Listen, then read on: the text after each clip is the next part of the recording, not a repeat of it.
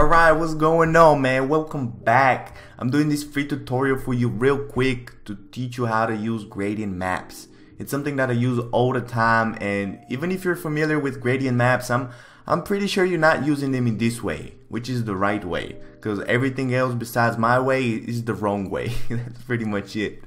But anyway, let's jump right into Photoshop, man. And gradient maps are really a great way to improve your painting, you know. Even if it's finished and you're like, oh, it's pretty good, you know, I don't think you can make it better. You can, and I'm gonna show you how. You know, it's really simple. You just go into the circle here with the black and the white, you press it, and then it says gradient map. You press that, and you can see it becomes black and white. So you press the little stripe here, and normally you get the lame ass gradient maps that just come in with Photoshop. So you have to create your own, or you can download mine. I'm gonna show you how you can download mine later into the video, so stay until the end. But for now, you just press some that you like, and it's a really great way to just create a balance in your painting with different colors, you know. And you can see pretty much it looks like shit right now, but we're gonna fix that, so don't worry. So first, let me show you how you can create a new one. So you press one, and then you have all these stripes right here, you know, and that's pretty much the value of the painting. So it goes from black to white, and you always want, in a gradient map, you always want the last one to be black and then the last one to be white, unless you're doing some weird shit, but pretty much you want to stay with black and white. And then in the middle you have all these interesting colors. So that pretty much says to Photoshop, okay, I want all my middle grays to be this kind of violet, you know. And you can put it like pink, you want to put it every color that you want, but you have to be careful that every color along the way gets lighter, right? Because if you switch them up and you have a lighter color before the darker one, you can notice it just looks like shit, because it's like you tell the Photoshop, okay, I want everything that's 80% dark to be lighter than everything that's 70%. That doesn't make sense. So you want everything that just kind of, you know, you want it to go from dark to light, you know. Does that make sense? I'm pretty sure it does. So and another thing, you kind of want to stay in the same color scheme, you know. You don't want to go from like pink to gray to fucking green to blue, you know. You have to stay. I have some crazier ones, you know, right here, which is kind of like going from blue to pink to yellow, which is pretty much the thing that I told you not to do. But this is a special gradient, you know. You can see everything else is just, okay, this is blue, this is pink, this is, I really like the combination of red and yellow, because I'm gonna show you later how you can do fire, you know. So that's great for that.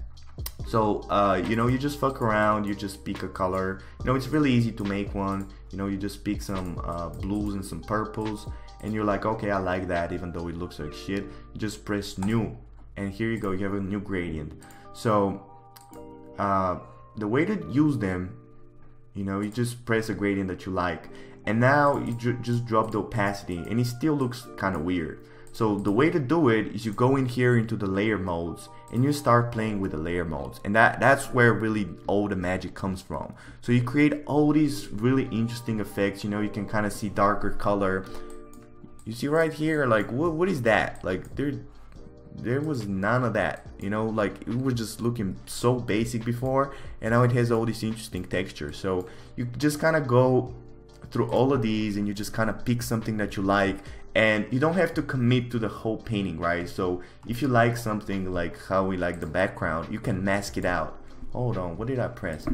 So you can mask it out, which is really easy. You go in right here with the square with a little circle in it, and you make a mask. Then you go in with, actually there was already a mask. You're so dumb, Angel. I know, there was already a mask. So you go in with the airbrush, and you paint in with black all the areas that you don't like. So if you don't like the hair or the face, you just delete it, and then you just leave the background. So it creates all this interesting texture in the background that you can kind of leave. So if you've seen any interesting texture in my painting, I'm pretty sure that was gradient map, and I'm gonna show you some of my favorite ones, because as you can see, there's like 20 gradients, and there's like 20 layer modes. So that's how much I can't even count. That's a lot of fucking options, right?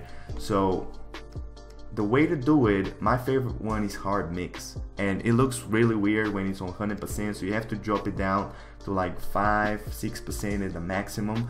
And it creates really interesting textures around the face, but you have to pick the right gradient, and that's the reason why you want to have a lot of gradients, so you can kind of choose from all of them. And once you pick a gradient, you can still fuck with the colors a little bit, and you're like, okay, what will happen if I kind of move all of these? And it's really nitpicking, you know, it's not really about painting right here, it's really about editing. So I have a lot of fun with that. I personally love it because I'm addicted to colors, so you might as well you might enjoy it as well. And it's really easy to just make the painting pop, you know. You can see really quick how it just made, like, it brings contrast, but at the same time it brings attention to details. So that's one of my favorite ones, is gradient mix, hard mix. And then you have color dodge, which makes everything lighter.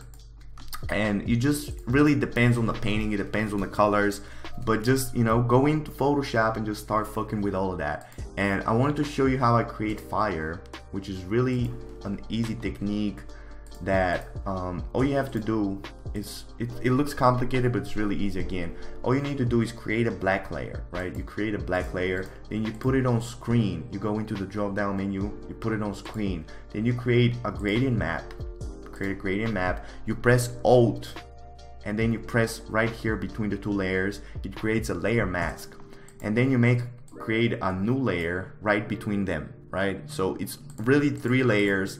This one is on screen, this is a gradient map, and there's a layer right between them. So you go in and you put the gradient map on like some of these red or yellows, and you just go in the layer in between. You grab any brush, you paint with white. You have to paint only with white though. You paint with white, and look at that. Fucking magic, man. You have straight up fire. And it's really, what you're doing is you're using the gradient map colors. And even though you're painting with white, you're really painting with a gradient map. And if it doesn't look that impressive with a normal brush, if you get some of my smoke brushes, which I hope you've downloaded my brushes, man. Hope you've downloaded them, they're for free, so I don't think you have anything to lose. So if you get the smoke brushes, you just paint that, and look at that. That looks like smoke. That looks like fire, not smoke. Dumbass motherfucker. So it's really a great way, you know. You can paint some clouds. You know, I love painting like fire clouds. This is like 10 hours of work just in seconds, you know. So really useful, you know, creating textures for your portraits, and then creating fire for anything that you might be painting. And you can experiment, you know, maybe fire birds, you know, who knows. Although you have to kind of, a great technique by the way is just to use blur. So you go into window, then you go into blur. Hold on, where is that shit? Filter, sorry, not window, filter, blur, Gaussian blur, and then you create like 4 or 5 blur, and you can see how kind of in the end there's some red. It's just magic. So anyway, I hope this helps, and I hope you check out my Patreon, because I'm doing this shit all the time, man. I have a Facebook group that I don't know if you know about. It's called Doodle Warriors. I live stream there 2 times a week. That's 4 fucking hours of live streaming content. I paint, I answer questions. It's pretty much art heaven. You know, I have a lot of people there. Actually, I still don't, but I hope I do by the time you're watching this. And you know, you can ask me questions, we can paint together, you know, I share my references, I do all this shit. So check out my Patreon, you know, there's the button below this video, so click the button, and I hope to see you in my Patreon, man. Peace.